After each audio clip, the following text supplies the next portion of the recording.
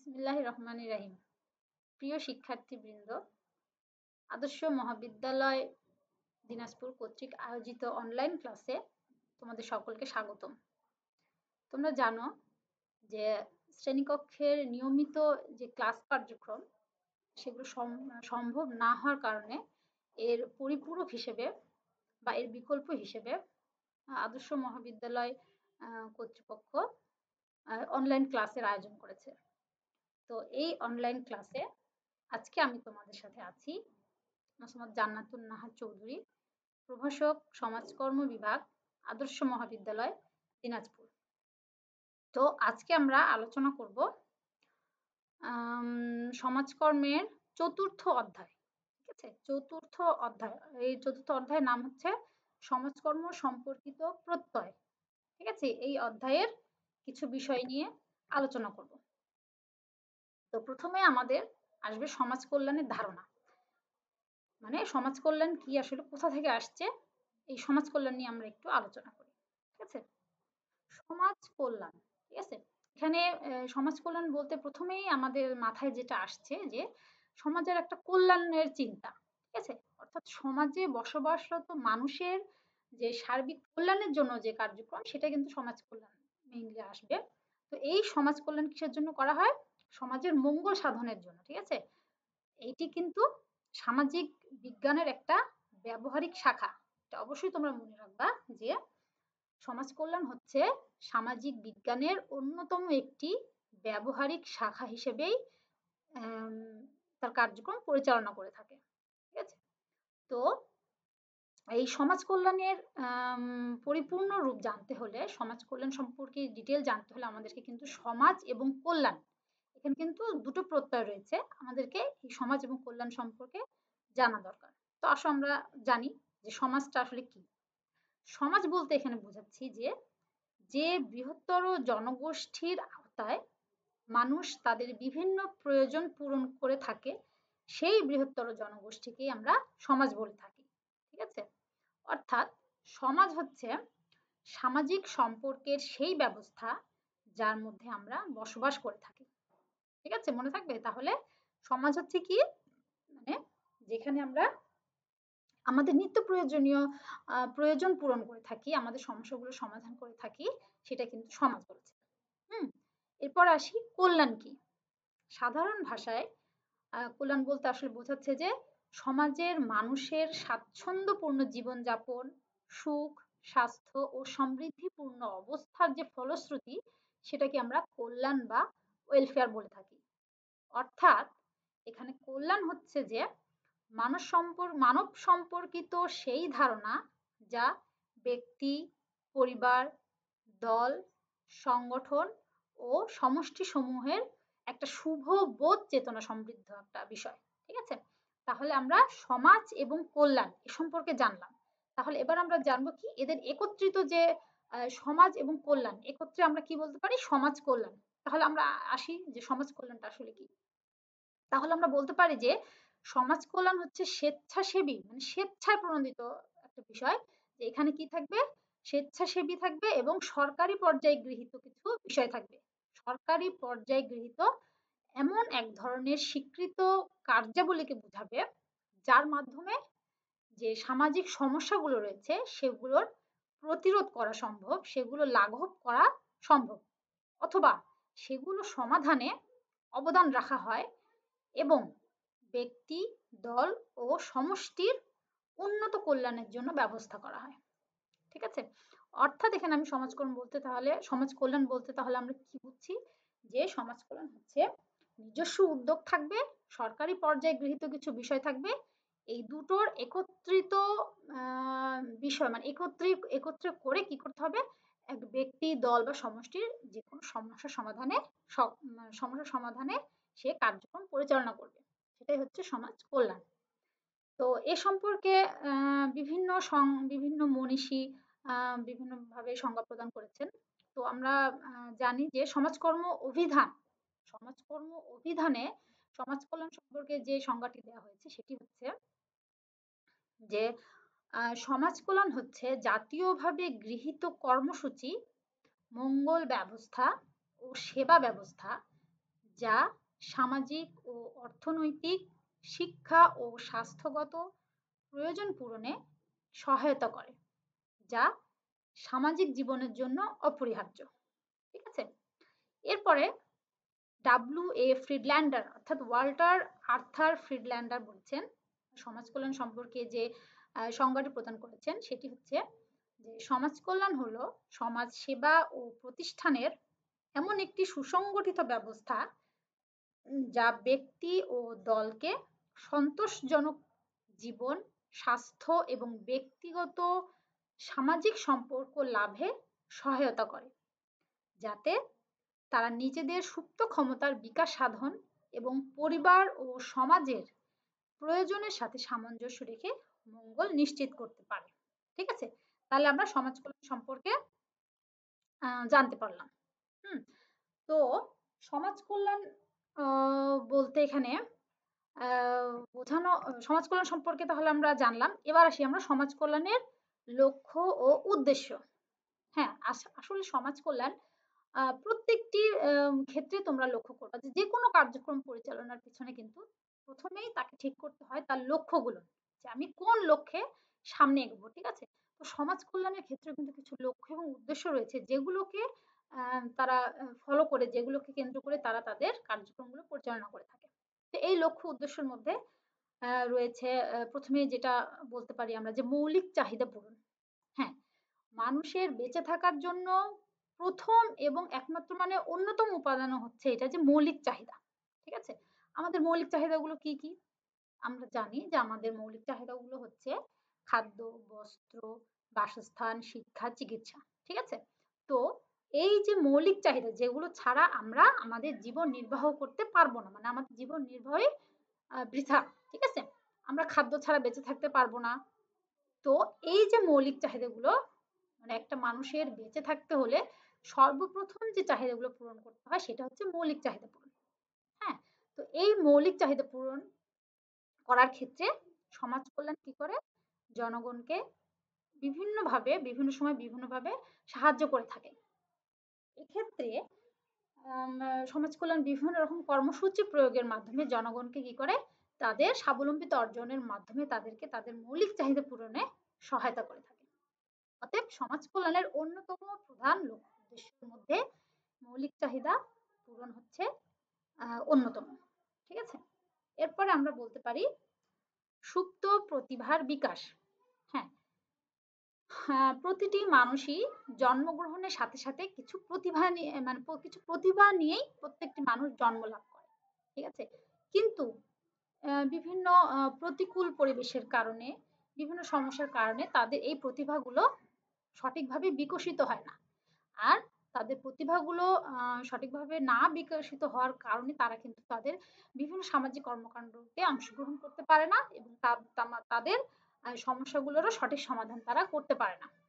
সমাজ কল্যাণের লক্ষ্য উদ্দেশ্যের মধ্যে এটি রয়েছে যে সমাজ কল্যাণ চায় যে প্রত্যেকটি ব্যক্তি বিশেষের যে সুপ্ত প্রতিভাগুলো রয়েছে সেগুলো বিকশিত করার মাধ্যমে তাদেরকে স্বাবলম্বী করে তোলা এবং তারা যাতে তাদের সমস্যাগুলো সম্পর্কে জানতে সক্ষম হয় এবং সমাধান উদ্বুদ্ধ হয়।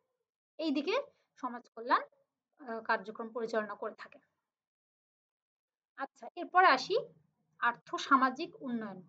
হুম, একটি দেশের সার্বিক উন্নয়নের পেছনে কিন্তু আর্থসামাজিক উন্নয়ন কিন্তু কাজ করে থাকে। হ্যাঁ, মানে আর্থসামাজিক উন্নয়ন একটি দেশের উন্নয়নের গতিকে ত্বরান্বিত করে থাকে। উন্নয়নের গতি আহ, মানে সঠিকভাবে যেন উন্নত হতে পারে একটি দেশ, যেন উন্নয়নের গতি যেন স্থবির না হয়ে যায়, সেজন্যই একটি দেশের অর্থনৈতিক, সামাজিক এই ক্ষেত্রেও যে সমস্যাগুলো রয়েছে সেগুলোর সমাধান কিন্তু জরুরি। তো সমাজ কল্যাণ কি করে? একটি দেশের জনগণকে স্বাবলম্বী করার মাধ্যমে, তাদেরকে কর্মমুখী করার মাধ্যমে কি করে? সেই দেশের অর্থনৈতিক এবং সামাজিক উন্নয়নের গতিকে ত্বরান্বিত করতে পারে। ঠিক আছে? এর ফলে কি হয়? আর্থসামাজিক উন্নয়ন হলে কিন্তু অটোমেটিক্যালি দেখবে যে একটি দেশ উন্নয়নের পথে এগোচ্ছে। ঠিক আছে? আচ্ছা, এরপর আসি কি? জনগণকে আত্মনির্ভরশীল করে তোলা। হুম, জনগণকে আত্মনির্ভরশীল। হ্যাঁ, মানে সমাজ কল্যাণ এটা বিশ্বাস করে যে যে ভিখারির হাতকে কর্মীর হাতে রূপান্তরিত করা, ঠিক আছে? অর্থাৎ যে একজন জনগণকে মানে কর্মক্ষম করে তোলা, যে তার যতটুকু সামর্থ্য রয়েছে তাকে আত্মনির্ভরশীল করতে, আত্মনির্ভরশীল করে তৈরি করা। মানে সে তার ক্ষমতা অপব্যবহার না করে, তার ক্ষমতা সদ্ব্যবহার করে সে যেন আত্মনির্ভরশীল হতে পারে এবং তার সমস্যাগুলো যেন সমাধানে সে সচেষ্ট হতে পারে। এক্ষেত্রে কিন্তু সমাজ কল্যাণ ভূমিকা পালন করে থাকে। এরপরে আসি সামাজিক পরিবর্তন। হ্যাঁ, সামাজিক পরিবর্তন একটি দেশের জন্য অনেক গুরুত্বপূর্ণ একটি বিষয়। তো এই সামাজিক পরিবর্তন কখন সম্ভব? যখন একটি দেশের যখন একটি দেশের উন্নয়নের গতিকে যখন মানে যখন একটি দেশের জনবল কাঠামো, একটি দেশের সম্পদ, সামর্থ্য সবগুলো মিলে যখন যখন একটা উন্নয়নের পথে এগোবে যখন, তখনই কিন্তু একটি সমাজ কিন্তু পরিবর্তন হতে থাকবে। ঠিক আছে? তো এই পরিবর্তনের জন্য অবশ্যই কিন্তু সমাজ কল্যাণ কি করে থাকে? জনগণকে ত্বরান্বিত করে থাকে, জনগণকে স্বাবলম্বী করতে থাকে যেন তারা সমাজের কল্যাণে এগিয়ে আসে। ঠিক আছে? তারা যখন নিজেদের পরিবর্তন করতে পারবে, নিজেদের সমস্যাগুলো মোকাবিলা করতে পারবে, তখনই কিন্তু একটি সমাজ পরিবর্তন হতে থাকবে। আচ্ছা, তাহলে এরপরে আমরা আসি কি? সম্পদের সদ্ব্যবহার। সম্পদের সদ্ব্যবহার বলতে এখানে যেটা বোঝাচ্ছে যে আমরা জানি যে আমাদের সম্পদ কিন্তু মানে সীমাবদ্ধ। আমাদের সম্পদ কিন্তু অসীম নয়, ঠিক আছে? আমাদের এই যে স্বল্প সম্পদ, এই সম্পদের আমরা অপব্যবহার না করে এই সম্পদের সঠিক ব্যবহারের মাধ্যমে যেন আমরা আমাদের সমস্যাগুলো সমাধান করতে পারি। আমরা আমাদের ইচ্ছাগুলো আবার আমাদের স্বপ্নগুলো, ইচ্ছা আকাঙ্ক্ষাগুলো যেন পূরণ করতে পারি এই মানে সঠিক ব্যবহারের মাধ্যমে, ঠিক আছে? অর্থাৎ সম্পদের এই সদ্ব্যবহার নিশ্চিত করা কিন্তু সমাজ কল্যাণের অন্যতম একটি লক্ষ্য এবং উদ্দেশ্য। তো এরপরে আসি যে কি সামাজিক সচেতনতা সৃষ্টি। আমি যদি আমার সমস্যা সম্পর্কে সচেতন না হই, আমি যদি আমার সমাজ সম্পর্কে সচেতন না হই, তাহলে কিন্তু আমি কোনো কিছুতে অংশগ্রহণ করতে পারবো না, বা কোনো কিছুর মানে এর গুরুত্বটা কি সেটা উপলব্ধি করতে পারবো না। ঠিক আছে?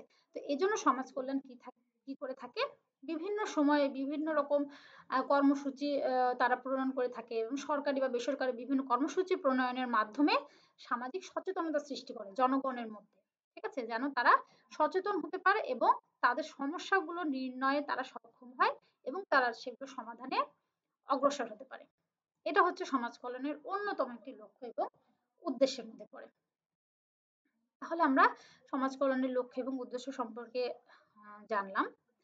তো এরপরে আসি আমরা যে ঐতিহ্যগত সমাজ কল্যাণ প্রতিষ্ঠান সমূহ। হ্যাঁ, মানে সমাজ কল্যাণের মূল সূত্রপাত হয়েছে কোন প্রতিষ্ঠানগুলো থেকে? কিভাবে সমাজ কল্যাণের সূত্রপাত হলো? এর পিছনে যে প্রতিষ্ঠান সমূহগুলো রয়েছে সেগুলো সম্পর্কে আমরা একটু জানি। যে এখানে আসলে বলা হয়েছে যে ঐতিহ্যগত সমাজ কল্যাণ হচ্ছে ব্যক্তিগত ইচ্ছা নির্ভর ও ধর্মীয় প্রতিষ্ঠান পরিচালিত অতীতের ধারাবাহিকতা ভিত্তিক সেই সমাজ কল্যাণ ব্যবস্থা যা অসংগঠিত, তাৎক্ষণিক ও অবৈজ্ঞানিক প্রক্রিয়ায় কি করে সমাজসেবা প্রদান করে থাকে। অর্থাৎ এটা কিন্তু ব্যক্তির ইচ্ছা নির্ভর, ঠিক আছে? এবং এটা কখনো কারোর উপর চাপিয়ে দেওয়া হয় না, এটা স্বেচ্ছা প্রণোদিত। হুম, এবং এখানে কোনো নিয়ম নীতি বা কোনো একটা যে আমরা একটা নীতিমালা প্রণয়ন করতে হবে যে এই নীতিমালার আওতায় আমাকে চলতে হবে, এই নীতিমালার আন্ডারে আমাকে কাজ করতে হবে, এমনটা না। বা কোনো বৈজ্ঞানিক ভিত্তি রয়েছে যে এই বৈজ্ঞানিক ভিত্তির আন্ডারে কাজ করতে হবে, এমনটিও না। অর্থাৎ এটি হচ্ছে তাৎক্ষণিকভাবে আমি একটা সিদ্ধান্ত নিলাম, তাৎক্ষণিকভাবে একজন মানে যে সমস্যা সমাধান করতে আসে সমাজকর্মীর কাছে, তার একটা তাৎক্ষণিক সমাধান দান দেওয়া। এটাই হচ্ছে মেইনলি ঐতিহ্যগত যে সমাজ কল্যাণ বলা হয়েছে সেগুলো। তো এই ঐতিহ্যগত সমাজ কল্যাণ প্রতিষ্ঠানগুলোর মধ্যে আমরা আরো বলতে পারি যে এখানে কিন্তু এই ঐতিহ্যগত সমাজ কল্যাণের মধ্যে কিন্তু মেইনলি সহমর্মিতা, ঠিক আছে, এখানে কিন্তু মেইনলি সহমর্মিতা দেখানো হয়েছে, এখান থেকে কিন্তু এর উদ্ভব হয়েছে। অর্থাৎ এখানে কিন্তু পারস্পরিক সাহায্যের কথা বলা হয়েছে, একটা সহমর্মিতার কথা বলা হয়েছে, যে এখান থেকেই মূলত ঐতিহ্যগত সমাজ কল্যাণের সূত্রপাত বা সমাজ কল্যাণের জন্ম হয়েছে। আর কি বলা হয়েছে যে এই পারস্পরিক সাহায্য ও সহমর্মিতার পেছনে অনুপ্রেরণা জুগিয়েছে মূলত কি ধর্মীয় দর্শন, অর্থাৎ ধর্মীয় দর্শনের উপর ভিত্তি করে মূলত কিন্তু সমাজের এই যে মানুষের মানুষে মানুষে যে সম্প্রীতি, মানুষের মধ্যে মানুষের যে সাহায্য দানের যে সহমর্মিতা, এগুলো কিন্তু ধর্মীয় দর্শন থেকে কিন্তু এসেছে। এটাই হচ্ছে মেইনলি ওই সমাজ কল্যাণের ঐতিহ্যগত দিক। তো এই সমাজ কল্যাণের ঐতিহ্যগত যে প্রতিষ্ঠানগুলো রয়েছে এগুলোর মধ্যে রয়েছে কি কি দানশীলতা, সদকা, জাকাত, ধর্মগোলা, সরাইখানা, দেবোত্তর, বাইতুল মাল, এতিমখানা, এগুলো প্রতিষ্ঠান রয়েছে। তো আসো আমরা কয়েকটি প্রতিষ্ঠান সম্পর্কে একটু একটু জানার চেষ্টা করি, যে আমরা দানশীলতা সম্পর্কে একটু জানি যে দানশীলতাটা আসলে কি। দানশীলতা হচ্ছে যে সমাজ কল্যাণ, এটা কিন্তু অনেক পুরাতন, দানশীলতা হচ্ছে অনেক পুরাতন কিন্তু অনেক শক্তিশালী একটা রূপ সমাজ কল্যাণে। ঠিক আছে, দানশীলতার ইংরেজি প্রতিশব্দ হচ্ছে চ্যারিটি, যা ল্যাটিন শব্দ চ্যারিটাস হতে উদ্ভব। এগুলো কিন্তু তোমরা অনেক ভালোভাবে পড়বা, কারণ এগুলো কিন্তু তোমাদের নৈতিক প্রশ্ন হিসেবে অনেক সময় এসে থাকে, যে এই দানশীলতা ইংরেজি প্রতিশব্দ কি। ঠিক আছে, এটা মনে রাখবা যে এটা ল্যাটিন শব্দ কোথা থেকে উদ্ভব হয়েছে, এগুলো কিন্তু তোমরা অবশ্যই মনে রাখবা। তো এই চ্যারিটাস শব্দের অর্থ কি, এটা হচ্ছে মানব প্রেম। তাই দানশীলতাকে কি বলা হয়, মানব প্রেম হিসেবে আমরা বলে থাকি বা মানব প্রেম হিসেবে অভিহিত করে থাকি। সাধারণত শর্তহীনভাবে শর্তহীনভাবে স্বার্থ ত্যাগ করে অপরের কল্যাণে কোনো কিছু দান করার রীতিকেই দানশীলতা বলে। এটি সম্পূর্ণরূপে স্বেচ্ছা প্রণোদিত। আগেও বলেছি যে হ্যাঁ অবশ্যই এটি স্বেচ্ছা প্রণোদিত একটা বিষয়। এখানে সামাজিক বা ধর্মীয় কোনো বাধ্যবাধকতা নেই। ঠিক আছে, বরং এখানে ব্যক্তির ইচ্ছা ও সামর্থ্যের উপরে কিন্তু মেইনলি দানশীলতাটা নির্ভরশীল। এখানে ব্যক্তির একদম সম্পূর্ণ নিজের ইচ্ছা, আমি সাহায্য করব কিনা, আমি দান করব কিনা, সম্পূর্ণ এটা আমার উপর নির্ভর করবে। এটাই হচ্ছে মেইনলি দানশীলতা। তো দানশীলতা সম্পর্কে সমাজকর্ম অভিধানে বলা হয়েছে যে যাদের জন্য প্রয়োজন তাদেরকে দ্রব্য সামগ্রী নিঃস্বার্থ প্রদান করাই হচ্ছে দান।